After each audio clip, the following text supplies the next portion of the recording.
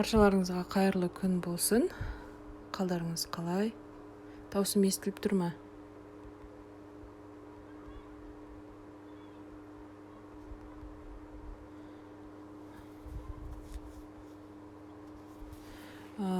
Маған сіздердің біраз қолдауларыңыз қажет. Өйткені мен тікелей эфирге шықпағалы біраз уақыт болды. Сол себептен қобалжу бар кішкене. Сол себептен сіздердің қолдауларыңыз болса тіптен керемет. Және де бисквиттің қыр-сырларын білгісі келетін достарыңыз бар болатын болса, міндетті түрде сол кісілерге тікелей эфирге шақырсаңыздар болады өздеріңіз. Қазір мен пока кішкене адам жиналса бастағанға дейін сәл күте тұрайын, оған дейін амандасып бір-бірімізді сөйлессек болады. Мені жалпы білетін шығарсыздар, есімім Гүлдария болады. Сіздерге қазір осы жерде бисквиттің барынша қыр-сырларын айтуға тырысамын. Қазір Рамазан айы, өздеріңіз білесіздер, мүмкіндігінше сіздерге тегін жақсы ақпараттар беруге тырысып жатырмын. Сол себептен өздеріңізге егер бисквит жағынан проблемаларыңыз бар болатын болса, міндетті түрде бұл эфирді көріңіздер деген кеңес берем. Және де достарыңыз болса шақырыңыздар, олар да көруіне септіктеріңізді тигізіңіздер.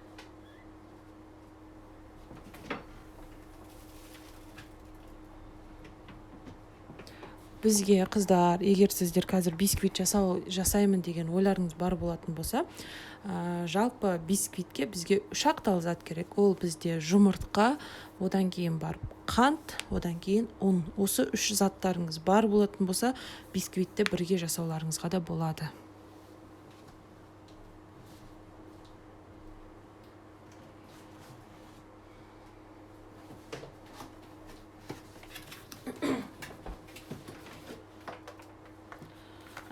Және де қыздар, қазір мен сіздерге кәдімгі ручной миксермен жұмыс жасайтын боламыз. Яғни ешқандай планетарный миксер, ештеңе қажет емес.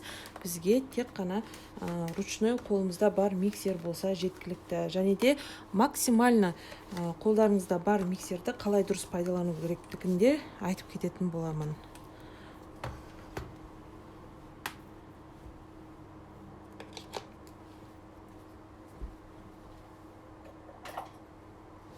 Ең бірінші айтатын затымыз, бұл біздің қолданатын заттарымыздың барлығы құрғақ болуы тиіс.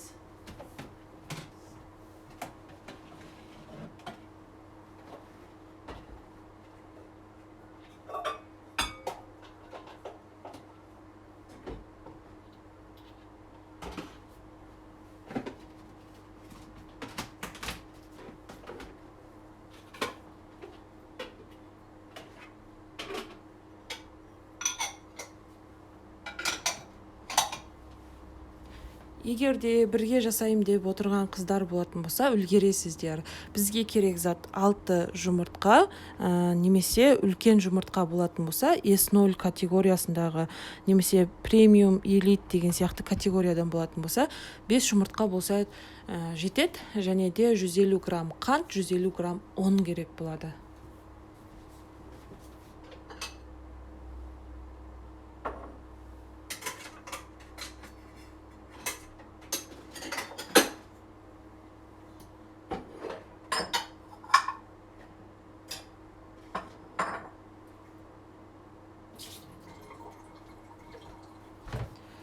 Жалпы негізі қыздар, даусым естіліп тұр ма? Кішкене кері байланыс жасап қойсаңыздар. Даусым естіліп тұр ма менің? Негізі біз торт жасау керек десек, бір бисквит пісіру керек десек, қатты соны проблема қылып тастайтынымыз бар, Ал былай қарасақ, шыны керек, ол қатты проблема да емес. Өйткені қарап тұрсаңыздар, тек қана 3 зат қана керек. 3 затты негізі любой үйден табуға болады. Жұмыртқа, қант, ұнсыз, ол по-любому үйде білмеймін енді. Жұмыртқа, қант, ұнсыз болмайтын шығар. Міндетті түрде ол үшеуі де біздің үйден табылатын зат. Холодильниктегі болады ма деген сұраққа, негізі желательно бөлме температурасындағы болған жақсы. Өйткені бөлме температурасындағы жұмыртқа басқа заттар бізде қантты да ұнды да біз бөлме температурасында сақтаймыз ғой. Сол себептен олар бір-бірімен бірігуі жақсырақ болады. Бір-бірімен бізге білінбейтін какой-то бір бірігу процесі болады оларда. Сонысы жақсы болғандығына байланысты біздің бисквитіміздің пышный болуына ол әсер етеді. Но бірақ қыздар, мен сіздерге айтқым келеді, мен всегда 100% бөлме температурасындағы жұмыртқамен жұмыс жасамаймын. Яғни менде үйімде мысалға постоянно бөлме температурасына қойып қоятын, белгілі бір жұмыртқаны қойып қоятын орын жоқ.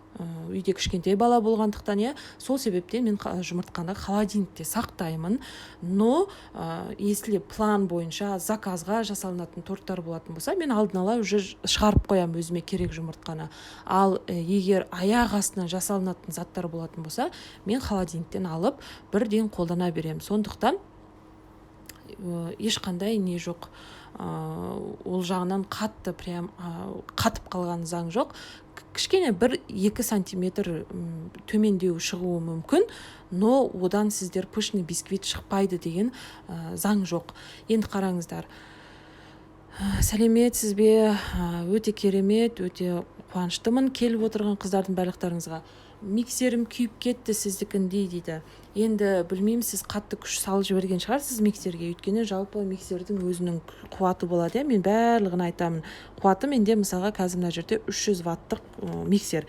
Бұған сіз 300 ваттан жоғары өте қатты ауыртпашылық салатын болсаңыз, әрине менікі де күйіп кетеді. Сол себептен оны күші жетпейтін уақытында тоқтатқаныңыз дұрыс.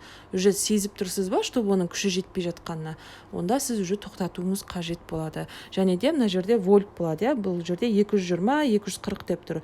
Бұл дегеніміз біздің тоқ қосатын розетканың вольты соған сай келу керек. Оған сай келмей жатқан жағдайдың өзінде де замыкание болып күйіп кетіп жатады. Сол себептен соларды ұстасаңыздар негізі ұстауға болады. Мен енді мына миксерді ұстағаныма 5 жыл болды. Сондықтан менікі Халей деген миксер. Халей деген 5 жыл бұрын алған бұл миксерді. 5 жылдан асып атыр қойдым даже. Өткен былтыр 4 жыл болды деп есептеп отырғам. 5 жылдан асып кетті. Күйге шыққан кезімде алғам әйтеуір. 5 жыл енді болып жатыр екен. Мен бұған енді мүмкіндігінше күш салмауға тырысамын. 450 ваттық болса, сіздікі менікінен де мощный болып тұр ғой, 150 ваттқа. Просто сіз оған қатты күш салып жібергенсіз, содан болып тұр. Енді қыздар, қараңыздар, бізде ақырындап жиналып жатыр. Мен сіздердің жазғандарыңызды оқып отыруға тырысамын, да? Қазір сәл күте тұрыңыздаршы, мен 2 минуттан кейін келемін.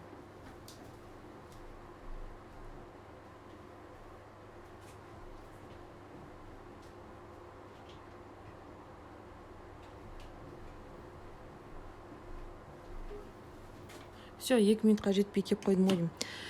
Енді қыздар, сұрақтарыңыз болса қойып отырыңыздар. Мен қазір мына жақта 2-ші соткамды қосуға тырысамын. Сол арқылы тікелей эфирге кіріп, сұрақтарыңызды мүмкіндігінше көріп, жауап беріп отыруға тырысамын, 400 грамм креметтен айналдырып жатқан кезінде күйіп кетті дейді. Түсінікті. Ауыр болып кеткен ғой, қатты. Ондай болса, енді келесі жол алған кезінде более качествосы жақсырағын алыңыз, но бірақ енді бұндай ситуация болып жатқан жағдайда креметта мен сахарный пудраны өзіңіз бірінші кішкене лопаткамен араластырып, креметтаның сәл формасын жұмсартуға тырысыңыз. Өте қатты араластырып емес, просто лопаткамен сәл-сәл араластырып жіберіп, одан кейін барып бір келкі бірандай плавный не болады ғой, творожный сыр, сол кезінде алып миксерлесеңіз более жұмсақтау болады. Жұмыртқаны үйдің температурасында қанша күн ұстауға болады дейді. Ол смотря үйіңіздің температурасына байланысты. Білмеймін, шынымды айтайын, жаздық емес, кәдімгі уақыттар бар ғой, жаз емес уақыттарында сақтай берулеріңізге болады. Но бірақ жаз мезгілдерінде кеңес бермеймін. Жалпы мен негізі өзімді айтатын болсам, жұмыртқаны мен ешқашан былай неде сақтамаймын. Ары кетсе бір күн сақтайтын шығармын бөлме температурасында, но бірақ бөлмеде сақтамаймын. Менікі холодильникте тұрады.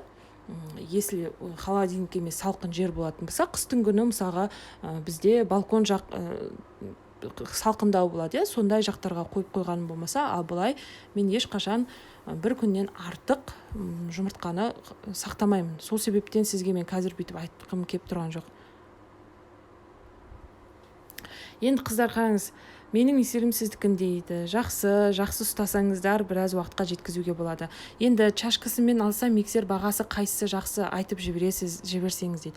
Қыздар, мен қазір бұл жерде миксер туралы тема болмас, негізі бисквит туралы айтып жатырмыз, но бірақ мен сіздерге кеңес беремін.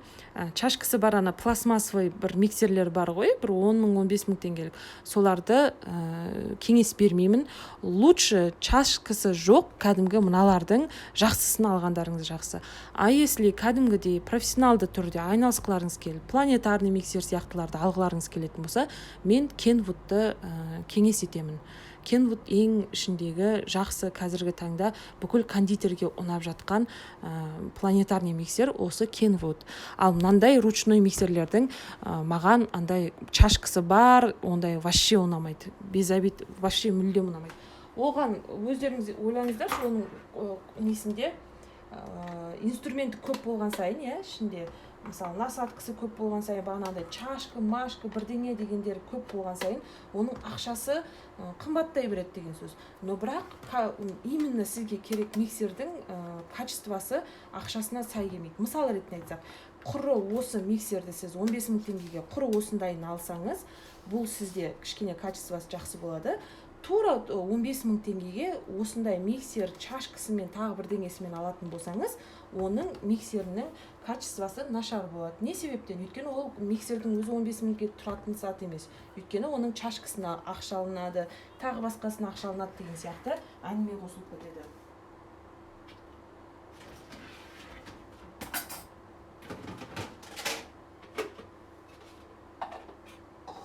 Енді қыздар, біз қазір ручной миксермен жұмыс жасайтын болғандықтан, қыздар, кремді негізінде қанша минут араластыру керек деген тема жоқ. Әркімнің миксерінің мощности әртүрлі, сол себептен сіз оны мынанша минут деп, мысал ретінде мен планетарный миксер 1700 ваттығы, оған мен 5 минут миксерлейтін болса, мен мұнамен 5 минут миксерлемеймін ғой, 300 ваттпен. Өздеріңіз былай логикамен ойлап қараңыздар, 300 ваттың миксерлегенімен 1700 ваттың миксерлегенінің арасындағы уақыты әртүрлі болады. 1700-де бөлек тезірек болады, 300 ваттықта ол көбірек болады. Қазір мен сізге тұрып кремді мысалға мен 5 минутта миксерлеймін деп айтатын болсам, ол сіздің миксеріңізге сай келмейді. Сосын барып сіз 5 минут бойы миксерлеп тұрып, одан крем шығара алмасаңыз, немесе көп миксерлеп тастап, қандай көп ұзақ соғып тастап, сливкеңізді мысалға сары суын шығарып алатын болсаңыз, оған мен кінәлі болып қаламын. Сол себептен әркімнің миксері әртүрлі. Просто кремнің қай кезінде дайын болғанын сіз сезіне білуіңіз керек соны. Қазір бізде крем туралы емес, қыздар, тема. Бізде қазір бисквит туралы. Енді кеттік. Бірінші бисквитте ручной миксермен жұмыс жасаған кезінде бізге мүмкіндігінше барынша жұмыртқаның сарысы мен ағын бөліп алу керек. Өйткені біздің миксеріміздің күші жалпы жұмыртқаны полный қосып миксерлеген кезінде шамасы жетпей қалуы мүмкін. Оны не үшін айтып жатырмын? Өзіңіздің миксеріңізге қарайсыздар. Мысалы, менің мына миксерім бүкіл жұмыртқаны қантпен араластырып, прям пышный 4-5 есеге асырып тұрып көлемін көтеруге шамасы жетеді менің миксерімнің. Но бірақ сіздің миксеріңіздің шамасы жетпеуі мүмкін. Сол себептен сіздерде вариант бар. Ол бірінші жұмыртқаның сарысы мен ағын бөлек миксерлеп алу деген. Сол кезінде сіздің бірінші белогыңызды мысалы аппақ қылып көпіртіп өзінің формасын ұстайтындай қалыпқа келтіресіз. Одан кейін жұмыртқаңыздың сарысын тағы да қантпен миксерлеу барысында оны да көпіртіп, одан кейін екеуін қосу барысында сізде пышный бисквит шығаруға мүмкіндігіңіз пайда болады. Сол себептен қазір мен сіздерге қыздар 600 ваттықпен қанша минут кетеді деген кремді үйтіп минутпен вообще не қылмаңыздар. Ол мен минут деген нәрсені естісем уже ашуым келеді, ренжімеңіздерші. Но бірақ ол минутқа байланысты емес, түсініңіздерші. Крем ол сіз білуіңіз керек. Қанша ваттықпен жұмыс жасап жатсаңыз да, ол крем қай уақытта дайын болған білуіңіз керек. Менің курсыма қатысқан қыздарға айтамын, крем қай уақытта дайын болды, міне осындай болған кезінде крем дайын деген сияқтыны көрсетемін. Сол себептен қанша минут деген нәрсені сенбеңіздер. Басқа адам сізге кремді мынанша минут миксерлейсің, сол кезінде дайын болады десеңіздер, все, ондай нәрсені айтса, білмеймін, ондай адамдар қандай адам, мен түсінбеймін. Хорошо, сондықтан мен ондай нәрсеге кеңес бермеймін.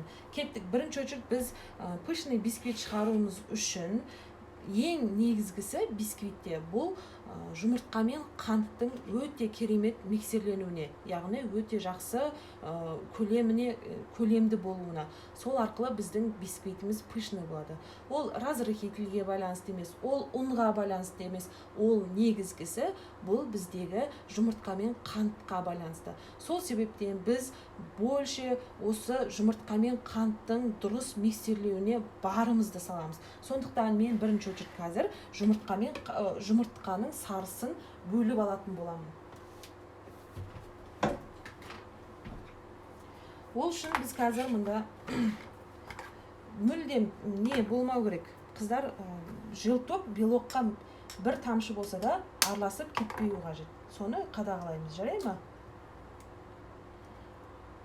Сосын, егер де сіздер бұлай жұмыс жасап жатқан кезінде, мен постоянно если желток араласып кетеді деген қорқыныш болатын болса, әрқайсысын жеке-жеке істеп салуларыңызға болады. Яғни біреуін осылай саласыздар, одан кейін қойып басқа ыдысқа тағы да жарып желток белогын қазір көрсете салайыншы, сол түсініктірек болады. Мысалы, мына жерде мен уже белокты миксерлейтін ыдысым, мен қазір мына жерде қорқып тұрмын деп ойлайық. Яғни желток араласып кетуі мүмкін, қаупі болуы мүмкін. Если қазір мен мысалға 5 жұмыртқаның 4-шісінде келіп желтогым араласып кететін болса, мына 4 тал аппақ белогыма, сол кезінде бүкіл белок құрып кетеді. Сол себептен маған каждыйын жеке-жеке алып алған ыңғайлы. Яғни, если мынаған желток араласып кететін болса, бір-ақ тал жұмыртқа бұзылады деген сөз. Бүкіл жұмыртқаны мен қолданбай қоймай, біреуін ғана қолданбайым деген сөз. Яғни, сіз осылай жұмыс жасауыңызға болады. Бізге керегі 5 жұмыртқа.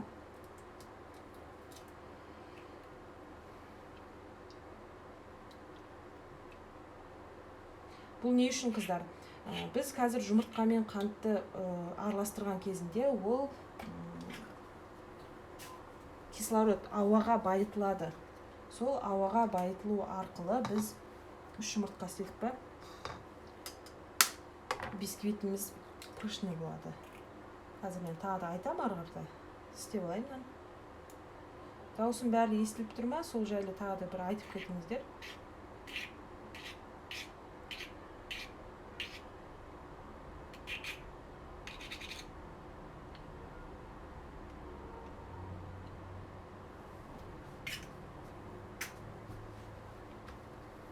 Духовкаларыңызды алдын ала қосып қоясыздар. Сосын әр духовка әр түрлі градуста болады. Мен мысалға 170 градуста пісіремін, но бірақ сіздердің духовкаларыңыз басқаша болуы мүмкін, яғни ол 10 градусқа или 20 градусқа қатты қызуы мүмкін, немесе наоборот қатты қызбауы мүмкін деген сияқты болады. Сол себептен әркімде әртүрлі, бірақ максимально бисквитті пісіретін градустың саны бұл 180. 180-нен артық ешқашан апармайсыздар. Так, кіріп жатсыздар ма, қыздар? Неше ваттық миксерді алу керектігін мен курсыма қатысқан қыздар сұрап отырсыздар ғой, мен қанша ваттықтан алу керек екен мен сіздерге айтқан болатынмын. қайта сұрағанның мәні жоқ деп ойлаймын.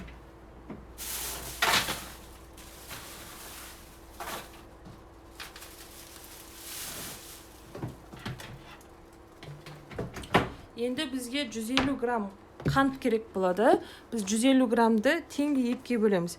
Яғни белокқа и желтоққа керек болады, бізге. Ол үшін қазір біз весейді алайық. Бірінші. Сосын қыздар. Бірінші біз қазір белокты істеп аламыз. Өйткені біздің миксеріміз қазір мына венчигіміз желтоққа араласқаннан кейін белокқа артық зат түспеу керек қой. Сол себептен мынаны жуып, қайтадан кептіріп, қайтадан істеуімізге тура келеді. Сол себептен бізге самый удобный бұл бірінші белокты істеп алып, одан кейін барып желтоқты істеген. Қазір біз мына жерде 75 грамм. Так, мен бітейін.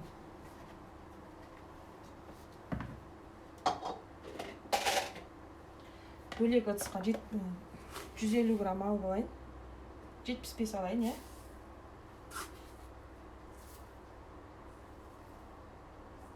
Бұл белокқа салынатын қанттың мөлшері.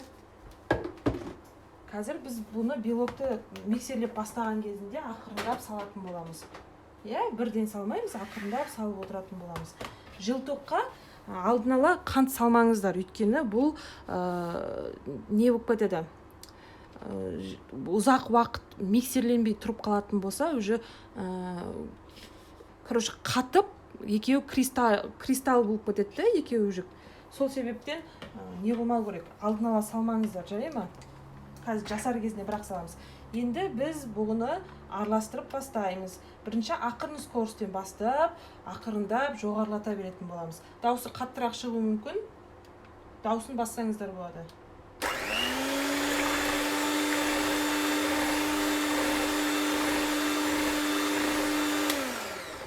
Міне қараңыздар, мыльный пена деп аталады мынандай.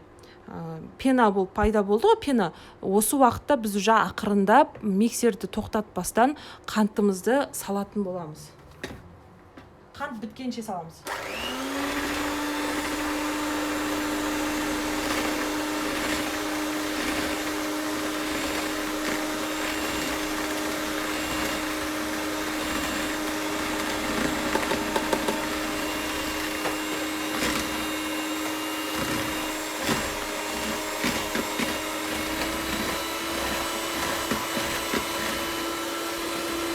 Дәл осылай біз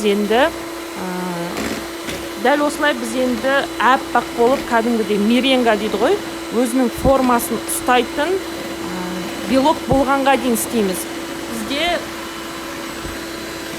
75 негізі общий керегі 150, соның мен қазір 75-ін белокқа салдым, одан кейін барып 75-ін желтоққа саламын. Жұмыртқаның ағына салып жатырмын қазір.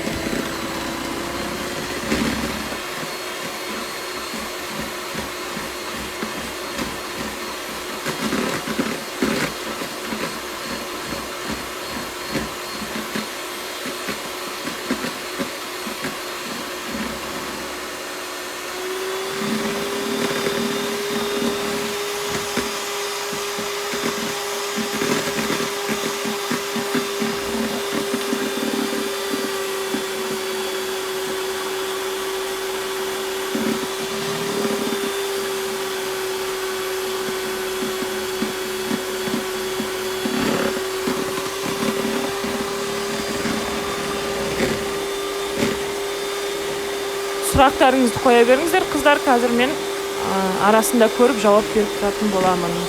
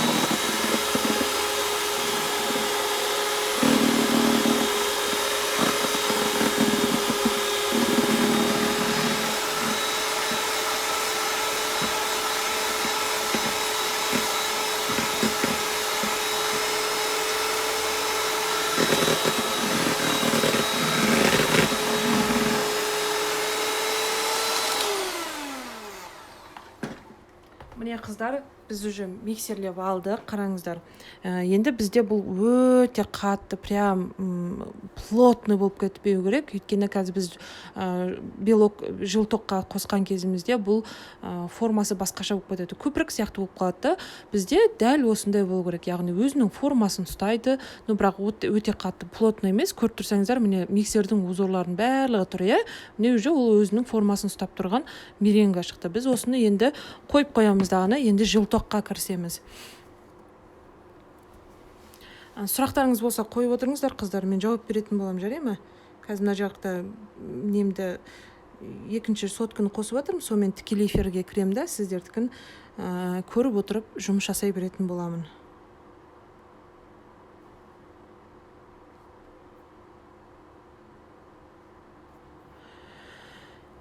Жалпы негізі бағана айтып кеткенімдей, сіздердің қыздар поддержкаларыңыз маған өте қатты қажет. Өйткені сіздер поддержка болмаса, мен қазір бір стенаға айтып атқан сияқты сезімде болып қалам. Сондықтан сіздердің поддержкаларыңыз өте қатты қажет. Ол поддержка не ол? Андай жүрек басу емес, сұрақтарыңызды қойып, барынша білгілеріңіз келу керек. Барынша білуге тырысыңыздар. Яғни осы бисквитке қатысты заттың барлығын білуге тырысыңыздар. Но бірақ андай миксердің ватына байланысты қанша не қылу деген ол дұрыс емес нәрсе, иә? Ол үшін ренжімеңіздер. Ол қате ұғым. Ондайға сенбеңіздер. Ол қуаттылығына байланысты әртүрлі болады. Даже мысалға осы жұмыртқамен қанттың мысалына осы нені форманы ұстап тұратын меренга жасау үшін де әр миксерде әртүрлі болады. Ал мен сіздерге оны айта алмаймын ғой. Мен қазір 5 минут десем, сіздерде ол ондайда шықпауы мүмкін. Кеттік, хорошо, жарайды, қыздар. Мен нем соткым қосылғанша біраз болғалы тұр. Енді бізде қараңыздар, жұмыртқаның сарысы бар. Мен енді қараңыздар, мен қарасаңыздар, мына жерде шұңғыл ыдысты, иә, терең ыдысты қолданып жатырмын, және де тар ыдысты қолданып жатырмын. Не себептен? Өйткені бұл түбінде ғана тұрған зат, иә, қарасаңыздар, мынандай ғана болып тұр. Если мен бұны жайпақ ыдысқа, немесе мынау сияқты кең ыдысқа салатын болсам, ол вообще түбінде ғана болады. И мен миксерлеген кезінде мына насадкам оған өте қатты тимейді. Яғни жақсы миксерлене қалады. Сол себептен осындай азғантай ғана затпен жұмыс жасаған кезінде шұңғыл, терең, тар ыдыспен жұмыс жасағандарыңыз дұрыс. Мен мынаған 75 грамм қант салдым, енді мынаған 75 грамм қант саламын. Сөйтіп, бұны да әппақ пышный болғанға дейін миксерлейтін боламын.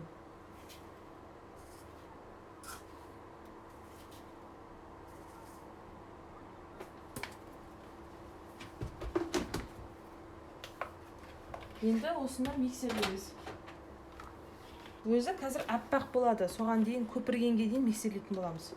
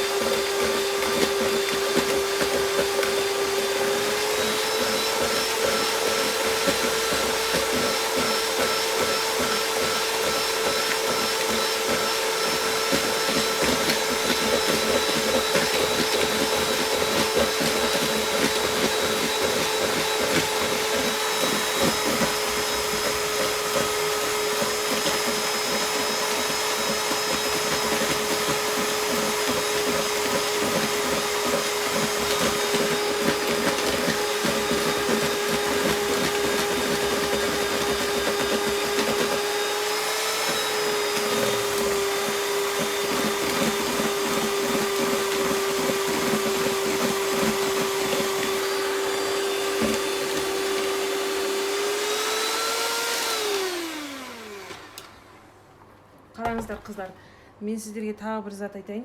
Жалпы миксерлегенде ешқашан именно жұмыртқамен қантты миксерлегенде ешқашан асықпаңыздар. Міне көріп тұрсыздар, мына басында қандай болды, жұмыртқаны салған кезінде қандай болды. Ал қазір қандай болып көтеріліп тұр, яғни бұл өте өзінің көлемін 3-4 есеге дейін кәдімгідей көтерді. Қараңыздар, міне көрініп тұр, сіздерге қыздар, қандай болып тұр. Мынаны қараңыздаршы, өзі түрі приятный уже. Қараңыздаршы, міне бізге осындай болуы қажет, қыздар. Сол себептен миксерлеуден талмаңыздар, шаршамаңыздар, міндетті түрде миксерлеңіздер. Енді бізге, қыздар, миксер қажет емес уже. Біз бұны қолданбаймыз уже. Біз ары қарата уже лопатамен жұмыс жасаймыз. Енді отырсыздар ма? Кейбір рецепттер разрыхлитель қосып жатады. Оны не үшін қосады, егер сіздікі онсыз да көтерілсе? Қараңыздар, жалпы негізі бисквиттің пышны болуы ол разрыхлительге ғана байланысты емес. Ол разрыхлитель, ол көпірткіш, яғни қопсытқыш зат, ол көтерілуіне көмегін беретін зат. Но бірақ негізгісі не деп айтуға болады? Фундамент бұл жерде жұмыртқамен қанттың араласуына байланысты.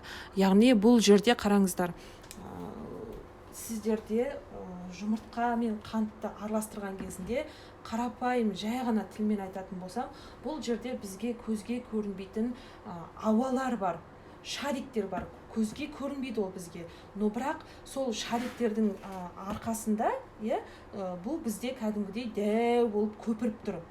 Яғни қазір біз бисквитті пісірген кезінде сол шариктер, өздеріңіз бисквитті пісіріп болғаннан кейін кессеңіздер, нан болсын, мысалы пісіргеннен кейін кессеңіздер, ортасында мынандай шарик ауалар тұрады, тесік ауалар.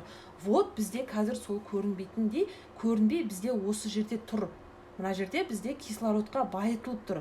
Біз бағаналы бері бұны кислородқа байыттық. Енді бұл жерде сіз бисквитті пісірген кезінде вот сол шарлар жарылмаса, яғни біз бар ауаны қалпында сақтап қалсақ, барынша сол кезде біздің бисквитіміз сол көтеріледі. Яғни бағанағы пустой ауалар тұрады, сол арқылы біздің бисквитіміз көтерілетін болады. Ал разрыхлитель бұл сізге қазіргі данный момент осы рецептке сіз разрыхлитель қосуыңызға болады. 1 шай қасық қосуыңызға болады, жарты шай қасық қосуыңызға болады. Ол сізге страховка ретінде. Яғни сізде бисквит не болу үшін? Страховка ретінде дегеніміз сақтандыру үшін, Енді қараңыздар, біздің жасаватқан бисквитіміз классический бисквит. Енді мынандай жағдайлар болады. Бисквиттің қанша сіз бұл жұмыртқаны, белокты бөлек, желтогын бөлек, қанша миксерлеп, пышный қып жасасаңыз да, ол сізде көтерілмейтін бисквиттер болады. Өйткені оның құрамына байланысты. Яғни өте ауыр, майлы бисквиттер болады. Олар қандай? Красный бархаттың бисквиті, шоколадный неше түрлі торттардың бисквиті, солардың ішінде мысалға менің курсымда болады, вишня в шоколаде деген торттікі, потом шоколадный карамель деген тортта, черный лист сияқты торттарда ол жерде бисквиттің көтерілуі өте қиындау болады. Не себептен? Өйткені ол ауыр масса. Оның құрамында айран бар. Айранды білесіздер, майлы, сұйық майы бар. Ол да майлы, яғни ол ауыр масса болғандықтан оның көтерілуі өте қиын болады. Хоть сіз мынаны миллион есе көпіртсеңіз де, миллион есе қаншалықты сақтасаңыз да, бәрібір де ол көтерілмейтін бисквиттерге жатады. Сол себептен соларды ажыратып алыңыздар. Қазір мынаны жасадыңызда, одан кейін барып красный бархатты жасаған кезінде ол көтерілмей қалса, немесе бағанағындай ортасы шикі болып қалып жатса, не себептен деген сияқты сұрақ туындап қалуы мүмкін. Енді бізде мына жерде екеуін істеп алдық. Мен қазір біраздан кейін оқимын. Жаза сұрақтарыңызды қоя беріңіздер, хорошо? Енді біз мына жерде белокты осы желтоққа қосамыз. Ең бірінші екеуі бір-бірінен жатырқамау үшін азғантай ғана белокты қосамын желтоққа. Қыздар, сіздерге барынша түсінікті болу үшін қарапайым тілдермен айтып жатырмын, иә. Яғни мына жерде бізде белок, желток екеуін қазір мен алып мына жаққа желтокты лақ еткізіп құйып тастайтын болсам, мына жерде сонша істеген, миксерлеп, сонша біз кислородқа байытылғанымыз, ол дымға да тұрмайтын болады. Яғни біз уже асықпай, лопаткамен миксерді қойып, бірінші бір-бірін біріктіріп аламыз. Яғни олар бір-бірінен жатырқамау керек. Екеуі жақсы бір-бірімен бірігіп кету керек, иә. Сол себептен мен ақырындап мына жаққа белоктан азғантай салып, міне сағат тілімен үстіп, айналдырып, араластырып шығатын боламын. Қазір бұл уже бірігеді, біріккеннен кейін барып уже белокқа құйсақ, ол уже жақсы болады. Және де осы жерде ескеріңіздер, асықпаңыздар, бүйтпеңіздер, бүйтіп істемеңіздер.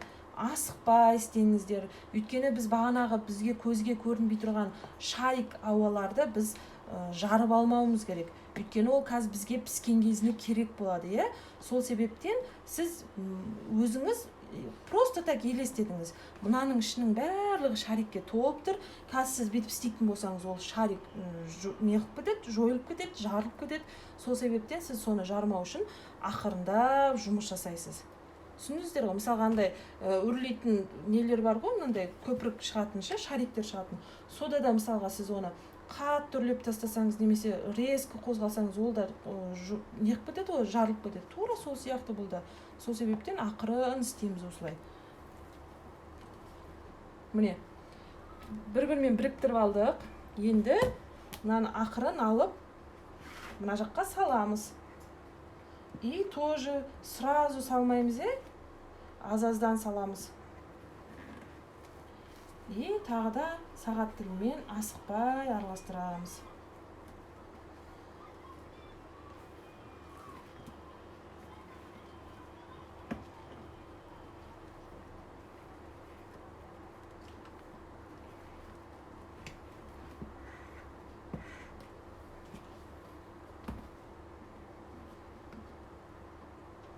Ешқашан резко салмаңыздар, жүре ме?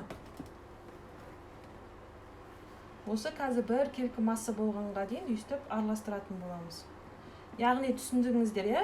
Бисквиттің пышный болуының ең бірінші қағидасы ол сіздердің жұмыртқаларыңызбен қантты миксерлегенде пышный болуы.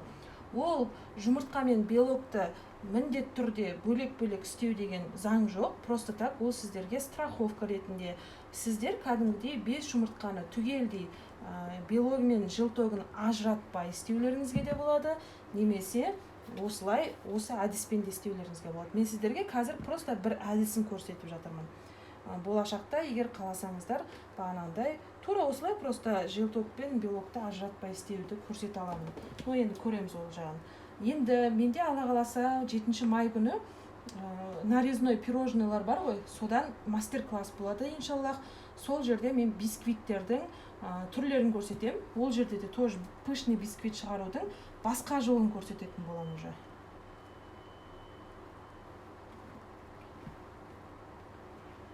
Шоколадный бисквит жасай берулеріңізге болады онымен. Просто техникасын біліп алсаңыздар болғаны. И ол бисквит, жалпы бисквитті негізі морозилькте бір ай бойы сақтауға болады. Оны қалай сақтау керек, қандай ережелерді сақтау керек, ол жайлы да мастер-класста Алла қаласа айтатын боламын қатысатын қыздарға.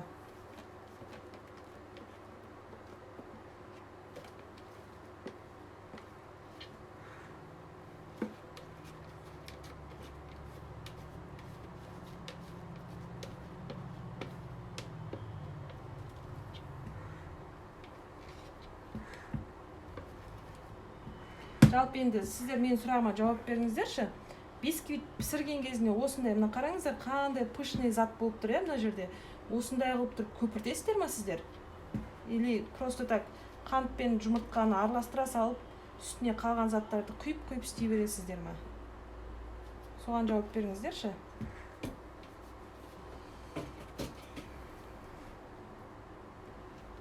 Біз мына жердегі шарларды жарып алмауымыз керек, естеріңізде сақтаңыздар. Бізде мына жерде шариктер бар, ауалар бар. Даже міне бүйтіп қарасаңыздар да мына жерде көп шариктер көрініп тұр міне. Солардың барлығын біз сақтауымыз керек. Сол арқылы біздің қазір бисквитіміз көтеріледі.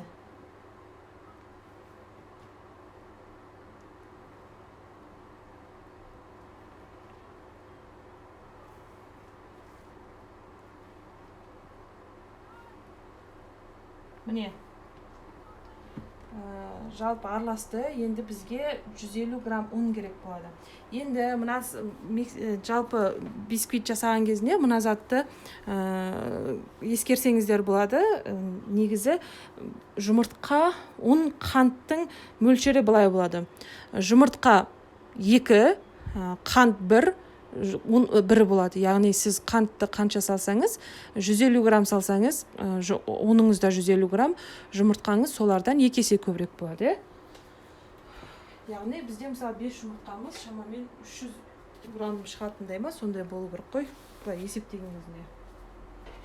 Пропорциясы сондай болып келеді.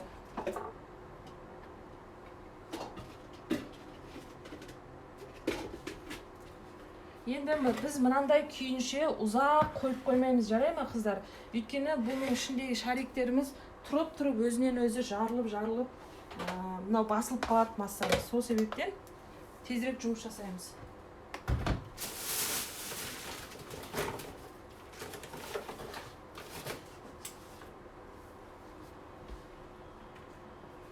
Осы жерде тағы бір нәрсе, қыздар. Ұнымызды біз міндетті түрде елгезектен өткіземіз. Елгезектен өткізілмеген ұнды қолданбаймыз. Не себептен?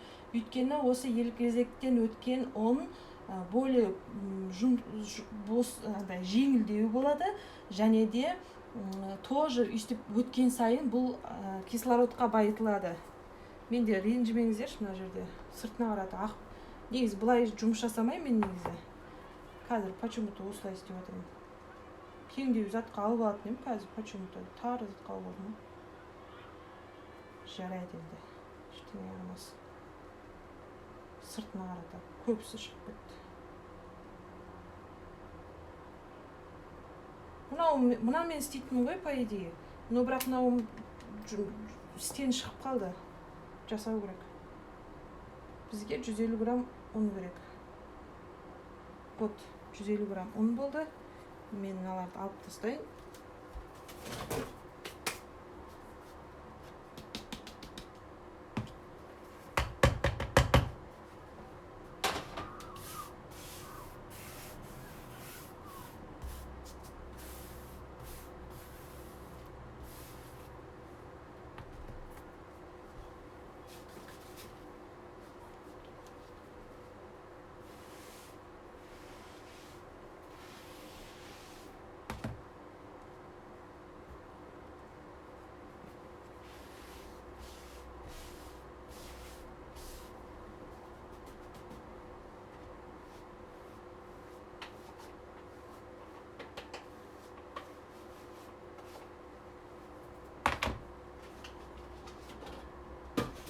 Шадаш просто тағы бір істейсіңізші, мына жан-жағында ұндармен есептеп тастады ма 150-де или өзі 150 болды ма? 147 дейді.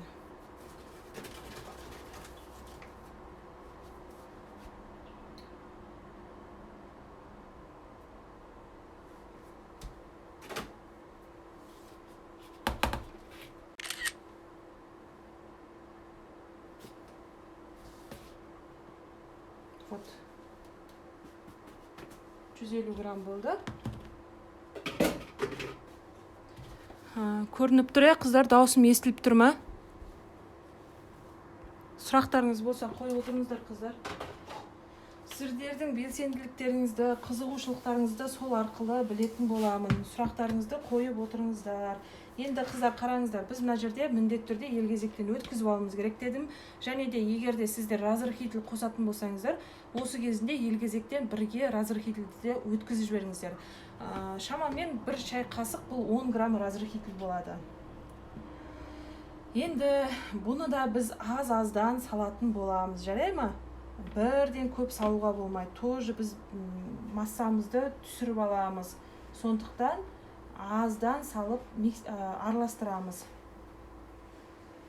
Және де өте көп араластыра беруге де мүмкіндігінше болмайды.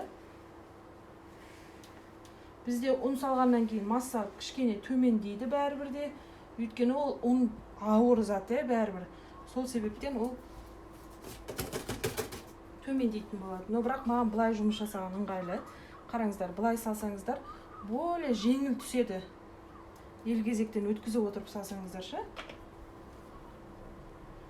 Өздеріңіз былай қасықпен или былай өзін төке салғаннан қарағанда жеңіл түседі. Басып тастамайды.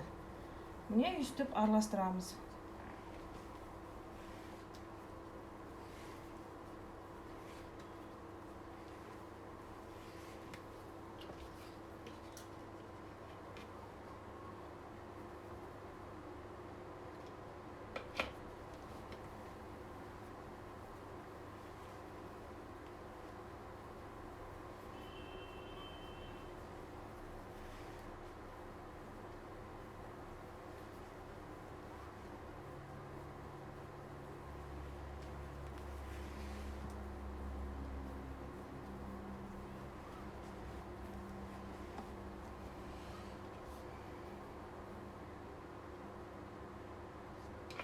Сұрақтарыңыз болса қойып отырыңыздар. Мен ұмытып қалуым мүмкін да, бір нәрсені айтуды ұмытып кетуім мүмкін.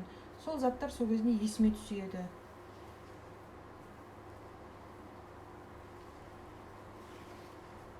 Жалпы бізде бисквиттің түрлері өте көп қой. Ең қарапайым түрі осы бізде бисквитте. Бұл классический бисквит осы.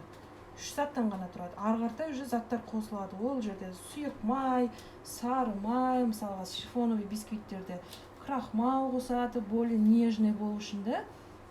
Одан кейін тағы да арғарта көптеген қосып кете береді арғарта. Неше түр шоколад қосылады, шоколадный бисквитке какао қосылады. Шоколадный бисквит жасауларыңыз үшін мысалға қосымша оның 30%-ында сондайын шамамен какаоға алмастыруларыңызға болады сіздер.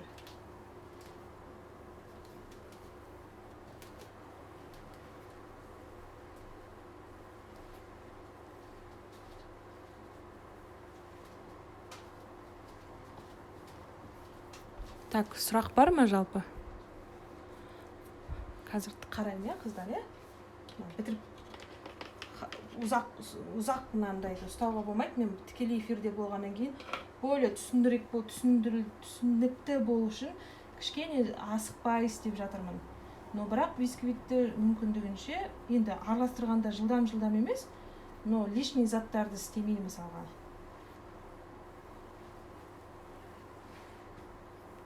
Жұмыс жасаған дұрыс.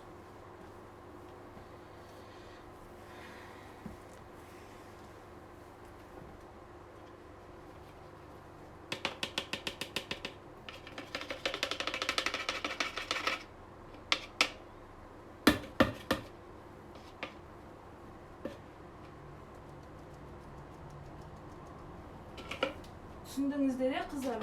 Жалпы елгезектен өтілген ұн болсын, какао болсын, барлығы кислородпен байытылады.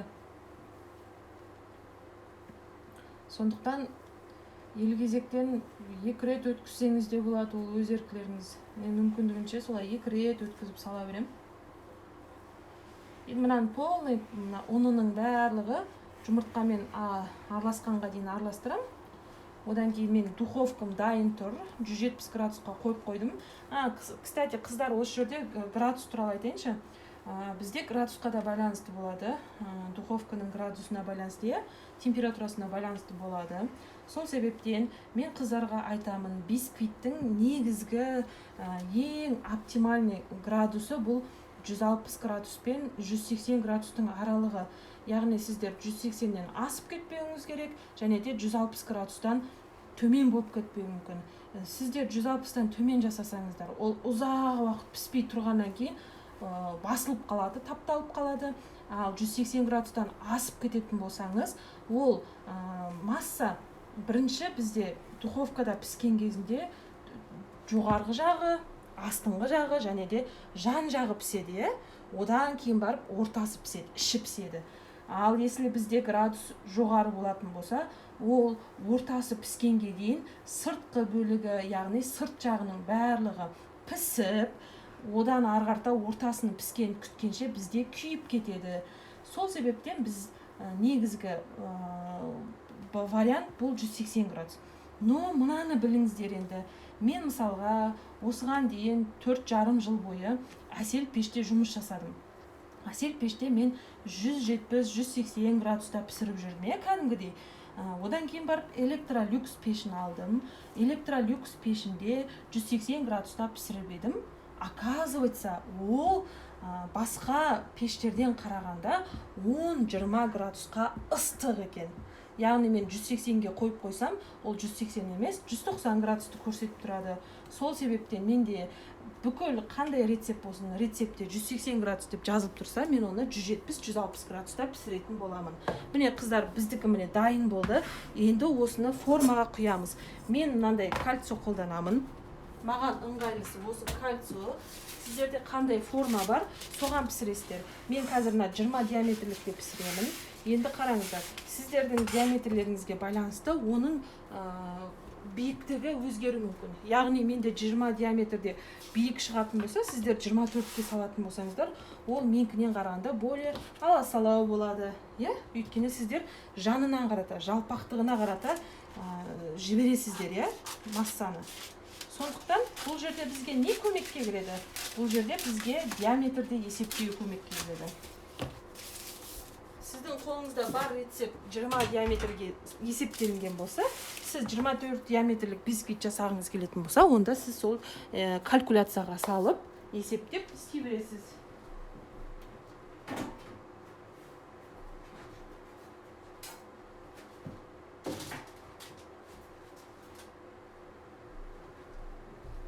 Потом қыздар, сіздерге айтқым келеді тағы да бір затты. Менің жалпы духовкада мынандай нелер бар. Не дейді мынандай? Биік противендер бар, биік. Әсел пеште осының домалағы бар, биік. Осындай биіктің ішіне салып пісірмеңіздер. Мен бұрын солай жасайтынмын. Но бірақ оны кейін ойлап қарасам, оказывается, ол биік болғаннан кейін, яғни мына шетінен жан-жағына ыстық өтпей қалады да, биіктіктен. Сол себептен мүмкіндігінше жан-жағын барлығы ашық тұру керек. Сол себептен біз қайтып жұмыс жасаймыз. Противенді төңкереміз. Төңкереміз дағыны, астыңғы жағына жұмыс жасайтын боламыз. Қызым, жылама. Жылама, бұпам. Мен тәтелерге сабақ өтіп жатырмын, жыламаңдар. Мына жігітке не болды? Қазір кішкене күте тұрыңыздаршы.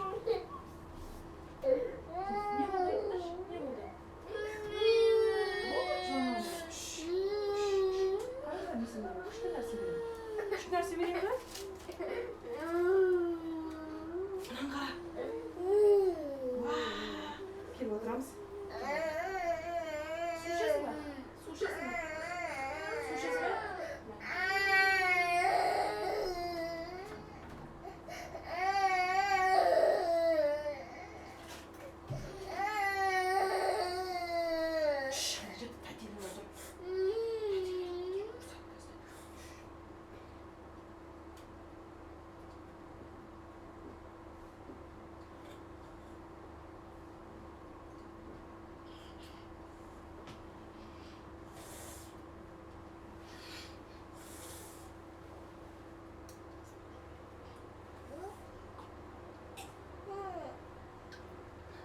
Мені кола келіп.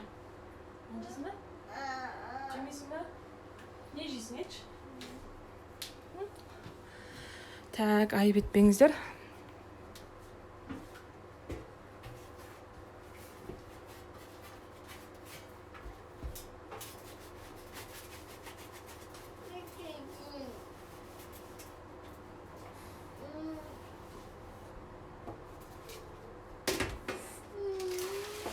Балам қоя ғой.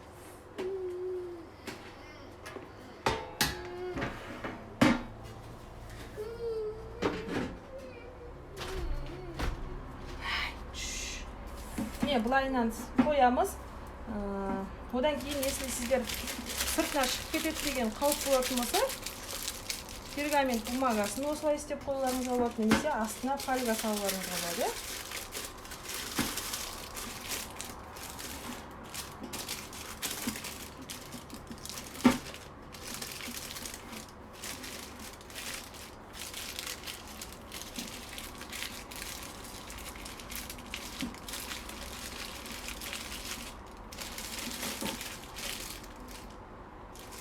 более негізі мен мынаны бүктеймін деп пландаған жоқ едім. Бүктеу үшін кішкене биіктеу көбірек алуым керек та пергамент. Негізі мен астына қойып істей беремін.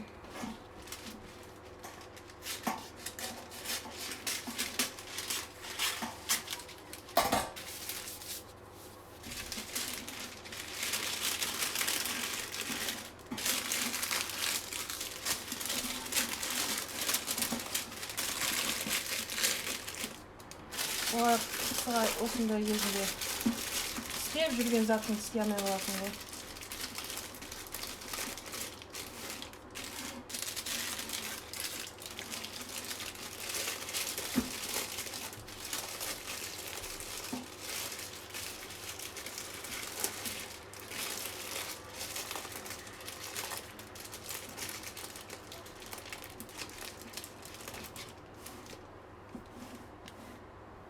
Міне өйстіп істеп аламыз.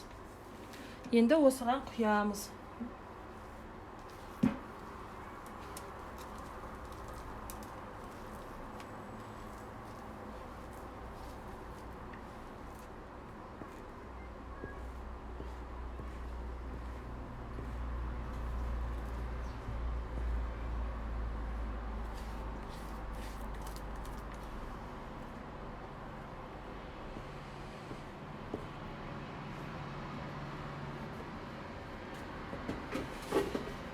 Бір келкі қылып істеп жібереміз. Мынаны бүйтіп алып кішкене сілкіп жіберуге болады. Бірақ мынау менікі неудобно да сілкуге. Жалпы қазір бір келкі болады. Міне осы күйінше біз қыздар енді духовкаға саламыз. 40 минутқа дейін саламыз. Сөйтіп пісіретін боламыз. Кеттік. Енді осы жерде айтып кететін. Любой кальцоны қолданған кезінде ешқашан мына жан-жағына майды жақпаңыздар. Өйткені қазір біз мына шетінің бәріне май жағатын болсақ, бұл көтеріліп бастаған кезінде май жабыстырмайды ғой мына стенкасына. Сол себептен біздікі массамыз көтеріліп келе жатып қайттан түсіп қалады. Сол себептен біз мына жан-жағын барлығын майламауымыз керек. Соның арқасында мына стенкалардың барлығына көтеріліп келе жатқан бисквит жабысады и ары қарата уже түспейді. Сол қалпында ұстап қалады. Сол себептен біз жан-жағының барлығын майламайтын боламыз.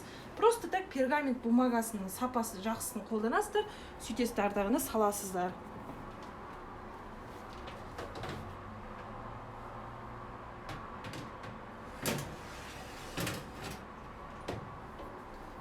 Енді бұнымыз біздің 35-40 минуттай верх-вниз бар ғой, верх-вниз режимінде пісетін болады.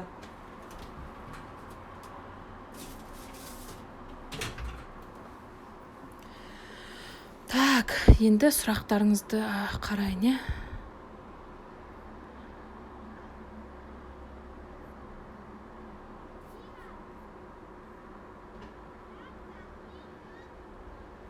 Қазір мен сұрақтарыңыздың басына келіп алайын. Кейбір разрыхитель қосатын дегенде мен де жасап көремін. Одан кейін красный бархат пен вупипай пісірген дейді. Пісіргем дей ме? Эфир кеш кірдім. Қанша жұмыртқа қант қостыңыз айтып жібересіз ба? Жұмыртқа 5 штук елит немесе S0 категориясы бойынша. Одан кейін барып жұмыртқамен қант 150 граммнан. Яғни екеуінің мөлшері бірдей болу керек. Қанттікі 150, ондікі 150. Ағы мен сарысын бөлек миксерлеу керек па? Красный бархат пен вупипай пісіргенде дейді. Енді қараңыздар, мен бағана ағы мен сарысын түсіндіріп кеттім. Не себептен сіздерге бөлек көрсетіп жатқанымды. Яғни бұл жерде сіздерде более пышный шығуына біз көмек беру үшін страховка ретінде біз ағы мен сарысын бөлек істеп жатырмыз. Но если сіздердің миксерлеріңіз жақсы жұмыс жасайтын болса, ағы мен сарысын бөлек демей, просто так миксерлей берулеріңізге болады. Ол енді красный бархатқа арналады. Но бірақ вупипайда ондай қатты әсер етпейді. Сол себептен ол вупипайды біз корж ретінде пісіреміз ғой. Сол себептен ол қатты әсер етпейді. Кейде болады ғой, бисквиттің ортасы дұрыс піспай қалса не істеуге болады дейді. Вот ортасының дұрыс піспей қалуы градусқа байланысты. Яғни сіздің градусыңыз көбірек болып кетті, ыстық болып кетті, ол ортасы піскенге дейін сіздікінің сырты пісіп қойды деген сөз. Сондықтан ортасы шикі болып қалады. И көбінесе красный бархат сияқты ауыр майлы бисквиттерде сондай болып қалады. Сол себептен мүмкіндігінше бағанандай майлы ауыр бисквиттерді мүмкіндігінше бөліп пісіргендеріңіз дұрыс. Мысалы қазір мен полный бір кольцоға, бір формочкаға салып пісірдім ғой, ал сіздер оны если красный бархат жасайтын болсаңыздар, оны 2-ге бөліп пісірулеріңізге болады, 3-ге, 4-ге бөліп пісірулеріңізге болады. Сол кезінде сіздердің орталары шикі болып қалуынан сақтайсыздар. Егер оны полный пісіретін болсаңыздар, онда сіздер 160-170 градусқа қойып ұзақ пісіресіздер. 1 сағат 10 минуттай пісіресіздер, чтоб ортасы піскенге дейін. Но желательно 2-ге бөліп істеген дұрыс. Бисквит менде дұрыс шықпайтын, күшті керемет, енді пісіріп көремін, рахмет дейді. Аллах разы болсын, пісіріп көріңіз, жақсы шығып жатса міндетті түрде бөлісіңіз, мен де қатты қуанам, если сізге пайдасы тиген болса. Бұйырса мен де пісіремін дейді. Пісіріңіз, Алла қаласа сіздерден отчет күтемін. Бисквитті холодильникте 1 күн қойып қойсақ не болады, бұзылмай ма, формасын ұстап тұра ма дейді. Наоборот, қыздар, бисквитті біз холодильникте ұстауымыз қажет. Сол кезінде бізде бисквит более сочный болады, яғни дәмі көбірек жақсы болады. Соңғы постымды оқысаңыздар, сол жайлы айтылып кеткен болатын. Бірақ холодильникке сіздер ешқашан оны құры салмайсыздар, оны пищевая пленкамен орап барып салуларыңыз қажет. Не себептен? Өйткені бисквит ол сыртқы иістерді тез сіңіретін зат, сыртқы иістерді сіңіріп алады өзіне. Холодильниктің иісі болсын, холодильниктегі заттарыңыздың иісі болсын, бисквитке сіңіп дәмін құртатын болады. Екіншіден, пищевая пленкаға ораған кезінде оның ішіндегі влага дейді ғой, сол влагасы сыртқа шығып кетпейді. Яғни біз мысалға нанды просто так мынандай ашық жерде нанды қалдыратын болсақ, нанымыз кеуіп қалады.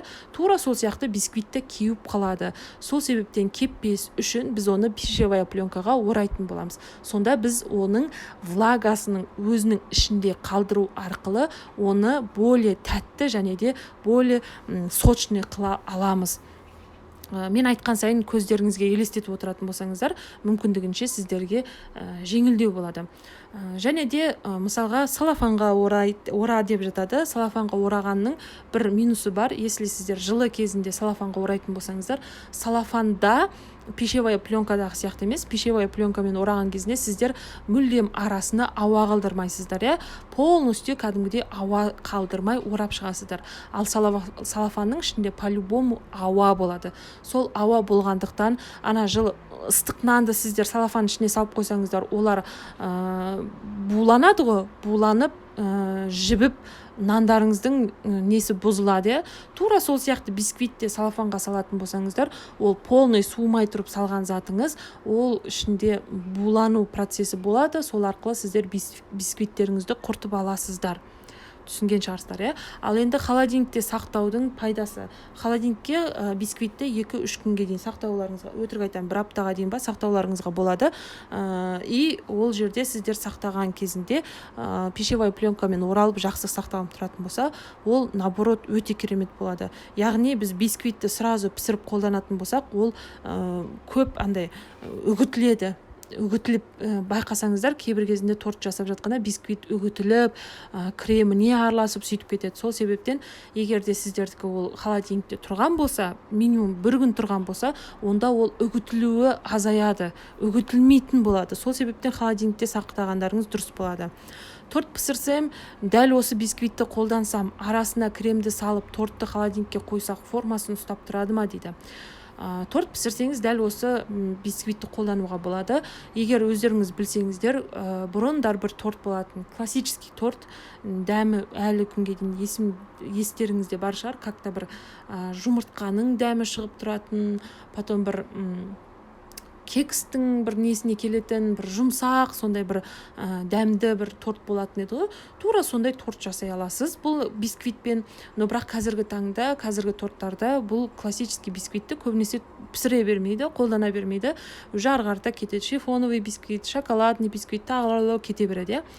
Просто бұл жерде бізде классический бисквитті не үшін үйренуіміз керек?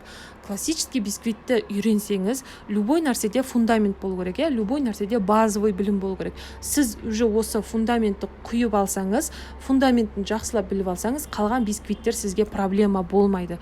Уже сіз білесіз, бисквитпен достасасыз, бисквитті қандай екенін уже сезіне бастайсыз. Өзіңіз көзіңізбен, өзіңіз жалпы сезініп жұмыс жасайтын боласыз. Сол себептен бұл затпен, бұл классический бисквитпен де әрине торт жасай аласыз. Өзіңіздің ойыңыздан құрастырып жасай берулеріңізге болады. Мысалы, мен ойымнан құрастырып жасай беремін. Сонда бұған да какао қосуға бола ма дейді. Әрине, қыздар, негізгі бисквиттің негізгісі, мысалға айтайыншы, қазақ тілдің қалай түсіндіруге болады? Қазақ тілінің негізгі бастамасы әліппе деген сияқты ғой. Әліппеден бастау алады деген сияқты, немесе алгебраның бастамасы математикадан басталады деген сияқты, тура сол сияқты кез келген бисквиттің бастамасы осы классический бисквиттен басталады. Просто осы үш затқа ары қарата заттар қосылу арқылы бисквиттің түрлері өзгеріп отырады. iPhone сияқты ғой. iPhone'ның басында 5 деген сияқты болатын болса, одан ары қарата оған функция, оған көптеген көп функциялар қосу арқылы ол iPhone-ның түрлері жаңара берді. Тура сол сияқты бисквитте, классический бисквиттен ары қарата түрлерін ішіне қосатын қоспасына байланысты өзгеріп отыра береді. Сондықтан какао да қосуыңызға болады, сұйық май анау-мынау қосып басқа затты жасауыңызға болады. Бір күн тұрса, айтып отырмын ғой қыздар, бір күн тұрса ештеңе болмайды, если наоборот күшті болады. Ал енді қараңыздар, холодильникке қойсақ, крем салып холодильникке, наоборот, қыздар қараңыздар, торт жасаған кезінде ешқашан тортты жасай салып асығып жемеңіздер. Тортты мүмкіндігінше былай пландаңыздар. Мысалы, ертең сіз торт жеуіңіз керек болатын болса, сіз уже тортты бүгіннен пландаңыз. Бүгін кешке жақын торттың түсте, мысалға, мен қайтып жасаймын. Мысал ретінде айтайын. Ертең мен тортты жасап жеуім қажет, ертең менде қызымның туған күні дейге. Мен не істеймін? Бүгін түсте уже осылай бисквитімді пісіремін. Оны толыққанды суытамын. Сөйтемді, оны холодильникке салып қоямын. Немесе кеше сөйтіп істеймін, кеше бисквитті пісіріп холодильникке салып қоямын. Ол бір күн бойы бисквит тұрады. Одан кейін барып, мен бүгін уже креміне кірсемін. Кремін жасап, кәдімгідей тортты сбор жасаймын. Сыртын қаптамаймын, просто так черновой вариантын жасаймын да, холодильникке салып тастаймын. Сөйтіп холодильникте ол толық бір күн бойы тұрады. Сөйтіп ертең жеймін деген күні алып, кешке жақын жейтін болсам, мен ертеңсін немесе түсте сыртын қаптаймын. Түсіндіңіздер ме? Сол кезінде ол бағанағындай арасына кремдерді жағып қойып қоятын болсаңыздар, ол өте ұзақырақ уақыт тұрған сайын пропитка күшті болады. Яғни крем бисквитке сіңе бастайды. Сол арқылы сіздердің торттарыңыз өте қатты дәмін, өзінің негізгі дәмін пайда болады да. А если сіздер сразу жейтін болсаңыздар, ол жерде бисквиттің дәмін бір бөлек сезесіздер, кремнің дәмін бір бөлек сезесіздер. Сондықтан сіздердің торттарыңыз ұнамай қалуы мүмкін. Мечта пешінде неше градуста қоямыз? Қыздар, любой кондитер не емес, бүкіл пешті қолданып шыққан адамдар емес, сондықтан әр пеш әр түрлі болады. Мен бағаналы бері айтып жатырмын, қыздар, бисквитті пісіру градусы бұл 160 пен 180-нің арасында. Егер сіздің енді пісіріп жүрген адам болсаңыз, примерно өзіңіздің пешіңізді білесіз, уже көрдіңіз деген сөз. Сондықтан уже примерно ориентир жасап қоясыздар. Немесе термометрлер бар, именно духовканың ішіне салынатын термометрлер бар. Сол термометрді ішіне салыңыз, сөйтіп мысалы 170 градусқа қойыңыз. Сол кезінде ол, если ішіндегі термометр 170 градусты көрсетіп тұратын болса, значит сізде градусы дұрыс деген сөз. Сөйтіп ары қарата жұмыс жасай бересіз. Но все равно практика жасаңыздар. Қарап тұрсаңыздар, практика жасағанға қорқынышты зат емес, 3 ақ заттан тұрады. Бұл заттан бисквитіңіз ондай қатты шықпай қалса да, әйтеуір бірдеңе жасап тастауға болады. Просто кекс сияқты, жай ғана пирог сияқты ештеңе қоспай, торт жасамай, өзін ғана жеп тастасаңыз да болады. Сол себептен осы сразу сложный торттарды жасамай тұрып, классический бисквитті жасап көріңіз, если күдіктенсеңіз бисквитке қалай шығатынын, градусына күдіктенетін болсаңыз. Одан кейін жақсы шығып жатса, уже духовкаңызда примерно уже үйреніп, духовкаңыздың қыр-сырын біліп атсаңыз, ары қарата уже басқа торттарды жасай бересіздер. Бош пешінде неше градусқа пісіреді дейді. Жандарым сол. Бош пешінде де 160 пен 180-нің арасында қойыңыздар. Өйткені менде ауылда ата-енемнің үйінде бош пеші өте қатты ұнайды маған бош пеші. Ол жерде мен 180 градуста пісіремін. 170-180 градуста пісіремін. Потом қараңыздар, бисквитті бағана біз полный салдық, енді бисквиттің несі болады, қалай айтса болады. Бисквитті бөліп салуға болады. Бисквитті бөліп салғанмен полный салғанның ұзақтығы, яғни пісу ұзақтығы әртүрлі болады. Бөліп салғаннан кейін ол масса аз болғандықтан, оның пісуі кішкене қысқа мерзім болады. Ал сіздердікі полный болғандықтан оның пісу мерзімі ұзақтау болады. Сол себептен бисквиттің піскенін қалай білеміз? Жалпы сіздер оны ашып көрмей жатып, ұстап көрмей жатып, просто так сезу арқылы білесіздер. Яғни кез келген зат піскен кезінде ода өте керемет ароматный иіс пайда болады.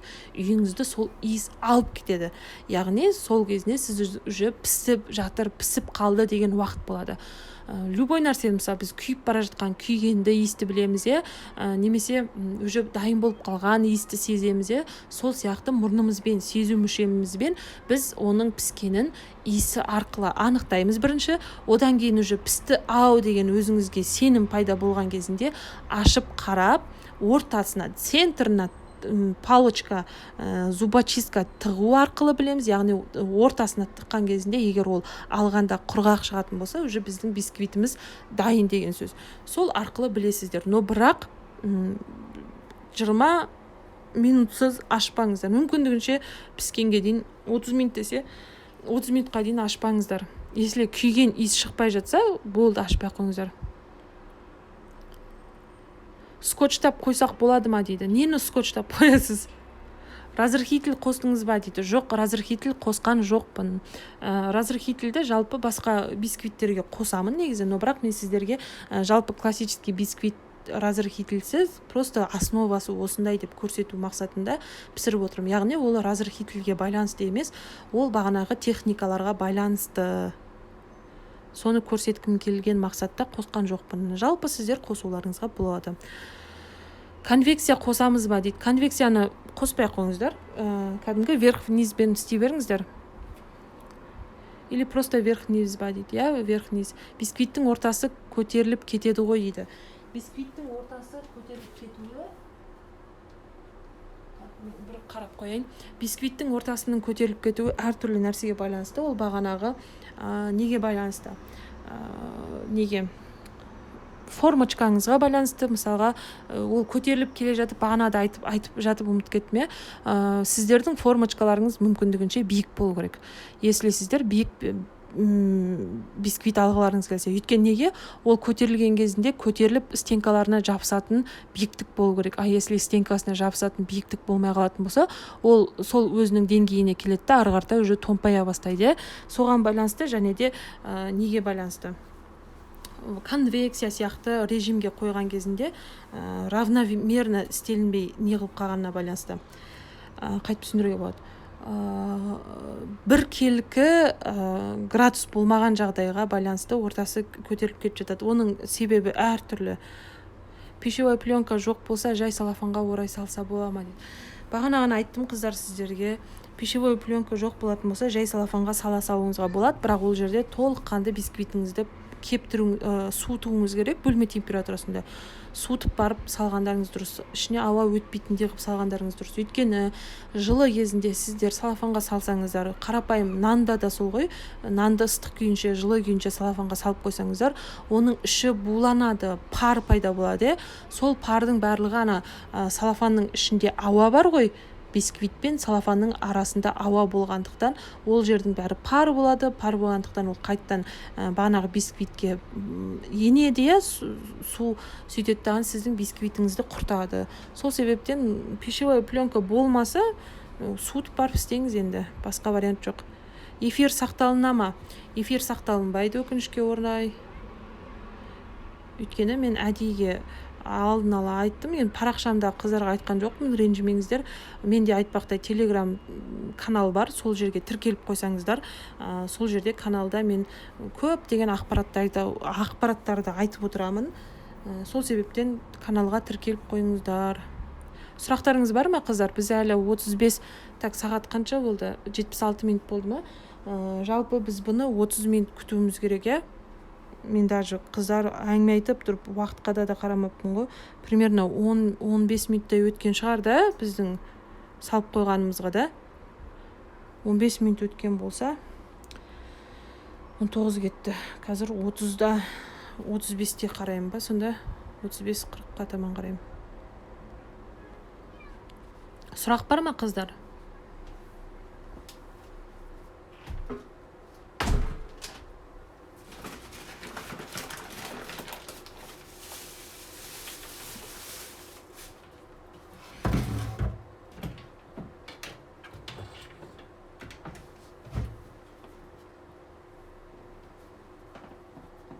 Он кеткенде салдық па?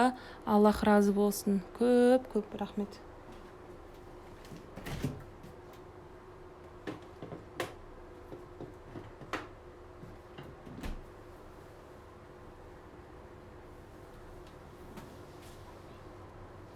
Әңгімеге кірсіп, даже мен қарамаппын да ғой да. Уақытқа қарамаппын ғой. 10 кеткенде салсақ, қазір 20 кетті ма, 10 минут болды да. 40-та 45-те қараймыз да, 45-50 минутта. Сұрақтарыңыз болса қойыңыздар, қыздар. Мен эфирді аяқтап піскен уақытына қайттан кіремін ба? Қайтем? Істеуге болады. Сұрақтарыңыз болса қойыңыздар, қыздар.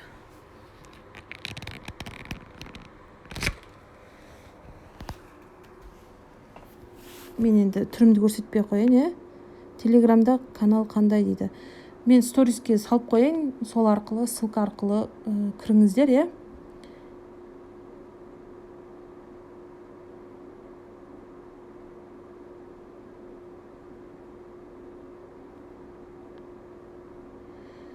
Сұрақтарыңызды қойып жіберіңіздер.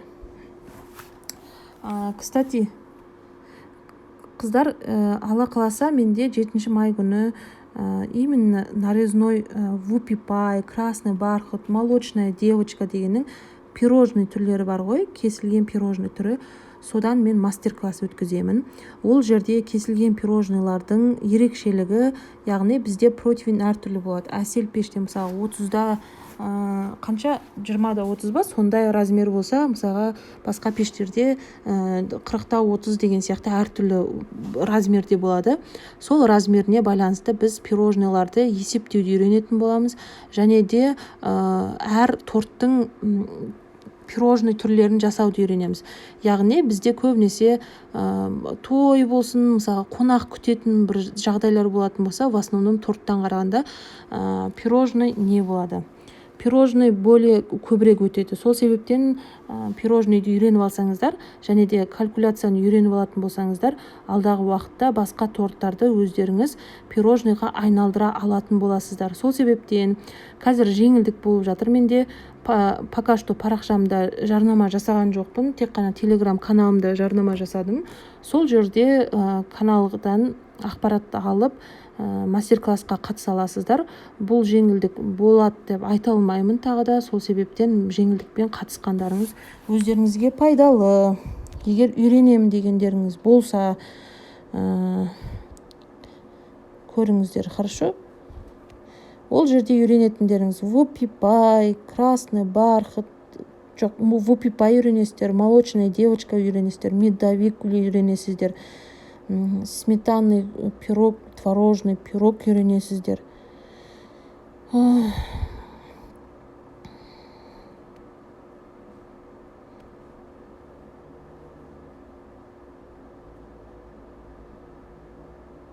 Сұрақ бар ма?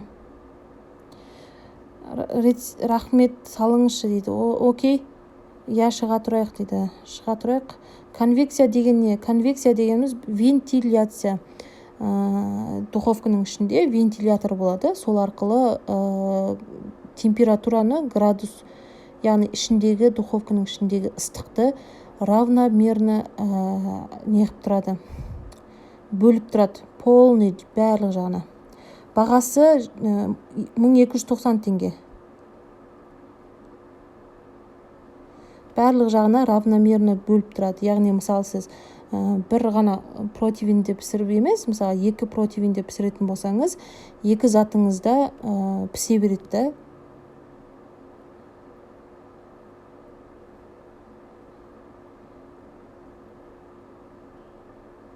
Сұрақ бар ма, қыздар? Сұрақтарыңызды қойыңыздар. Мен енді просто сториске салатын шығармын. Тікелей эфирге кірмеймін, просто түрін сториске саламын бұйыртса, иншаллах.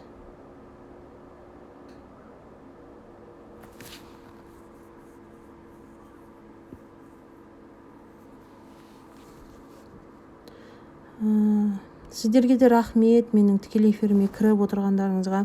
Мен негізі жиі тікелей эфирге кіргім келеді, но бірақ сұранысқа байланысты, сіздер не сұрайсыздар, соған байланысты шыққым келеді.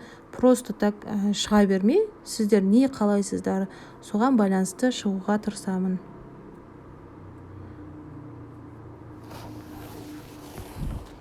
Сондықтан парақшада дайректке шығыңыздар. Мен негізі оқырмандарымның хаттарын мүмкіндігінше барлығын оқуға тырысамын. Қолым бос кезінде, түнде жатқан кезінде дайрект ашып оқып, күндіз мысалға инстаграмдағы бір жұмыстарымды істеп атамын ғой, курстар өткізем сол кезінде.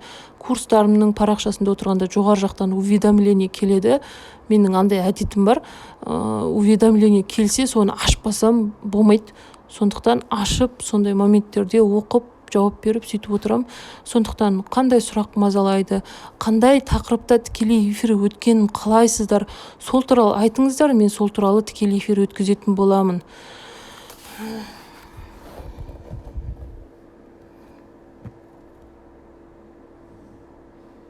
Мен андайда көп нәрсені айтып тастағым келеді да, оқырмандарға көп нәрсені білдіріп, мынандай деп үйретіп тастағым келеді, но бірақ үйретейін десем, как-то андай сияқты да, мен бір ауаға айтып қалатын сияқты сезім болады да, бір жай ғана стенаға айтып қоятын сияқты сезім болады. Сол себептен маған лучше сұраныс болса, сол кезінде мен прям удовольствиемен айтамын да, маған сол мотивация болады. Сондықтан барынша мүмкіндігінше не қылыңыздар, белсенді болыңыздар. Потом менде нелер бар, қыздар, курстар бар, мастер-класс бар, базовый мастер-класс бар. Ол жерде сіздер 5 негізгі тортты үйренесіздер, тағы да бағанағы диаметрді есептеуді үйренесіздер, азық-түлік, инструменттер, калькуляцияны үйренесіздер, потом себестоимость үйренесіздер. Солардың барлығына қазір мастер-класс жеңілдік болып жатыр. Жазсаңыздар, мен сіздерге ақпарат беретін боламын. Жекеме шықсаңыздар, менде қазір базовый курстан да өтіп жатыр менде. Одан кейін тереңдетілген курста өтіп жатыр менде. Сондықтан қазір инстаграмға көп шыға алмай жатырмын. Видеолар түсіремін, күнделікті торттарды түсіремін, одан кейін оны монтаждаймын, сосын оны қыздарға беремін деген сияқты жұмыстар болғандықтан мен көбінесе инстаграмға шыға алмай жатырмын.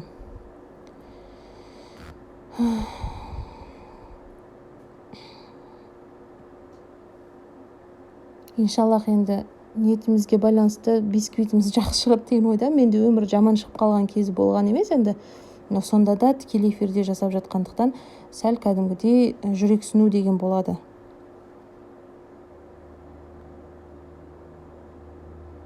Жақсы қыздар, мастер-класс, курстар туралы дайректтен немесе WhatsApp-ма ссылка тұр, сол арқылы шығып сұрасаңыздар болады. Мен сіздерге жауап беретін боламын. Және де қазір тікелей эфирде, сториске Telegram каналын тастап кетемін ссылкасын, сол арқылы тіркеліп алсаңыздар болады.